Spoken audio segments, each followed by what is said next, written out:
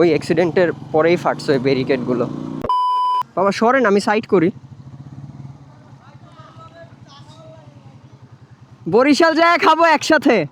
কারণ এইখানে আমি এই যে চলতি পথে আমি দাঁড়াবো না, কারণ আপনারা যদি নিউজ দেখা থাকেন তাহলে দেখবেন ভাইজান যে গত বছরের দিকে ঠিক ওইখানে হচ্ছে একটা অটো, তার পেছনে একটা প্রাইভেট কার, আর তার পেছনে একটা ট্রাক ব্রেক ফেল করে একদম পিষে ফেলছিল। 3জন না 4জন মানুষ স্পটে মারা গেছে। সব মানে বাঁচা মরা তো আল্লাহর হাতে, এটা সত্য কথা। But at the same time you have, ধরেন আমি যদি কর্নারে থাকি তাহলে একটু সেফটি থাকে আমার, হ্যাঁ, যে ওই ডিরেক্ট আসা গাড়ি থেকে। এই হচ্ছে ব্যাপার। ওইটা দেখার পর থেকে আমার মানে খুবই, এই যে ওই যে ফাটাগুলো দেখতে পাচ্ছেন ওইগুলো হচ্ছে কিসের, ওই অ্যাক্সিডেন্টের পরেই ফাটছে ওই ব্যারিকেডগুলো।